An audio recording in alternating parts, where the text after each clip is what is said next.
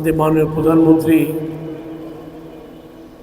যেটি চান সেটি হচ্ছে সকল বন্ধাত্ব ঘুচিয়ে ক্রীড়াঙ্গন আগের ঐতিহ্যের জায়গায় ফিরে আসবে।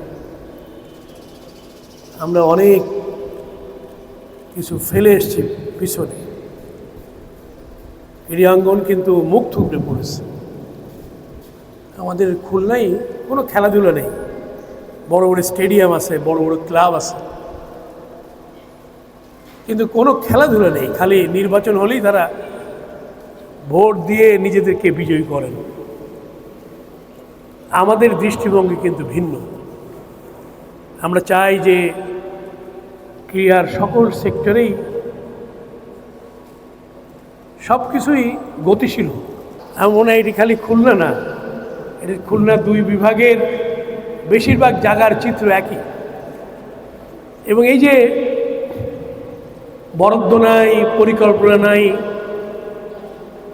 এবং সব কিছু যেন একটা ভিন্ন গতিতে চলছে, এবং এই গতিকে থমকে দিয়েই এর মূল গতিতে ফিরিয়ে আনতে হবে। এবং আমাদের নতুন ক্রীড়ামন্ত্রী, ক্রীড়ার মানুষ, উনি নিশ্চয়ই এই বিষয়গুলো নিয়ে কাজ করবেন। এবং আমি আপনাদের প্রতি নিবেদন রাখব যে ক্রীড়ামন্ত্রীর সাথে আপনাদের সমস্যাগুলো নিয়ে তার সাথে কথা বলেন। আমিও তার সাথে কথা বলব।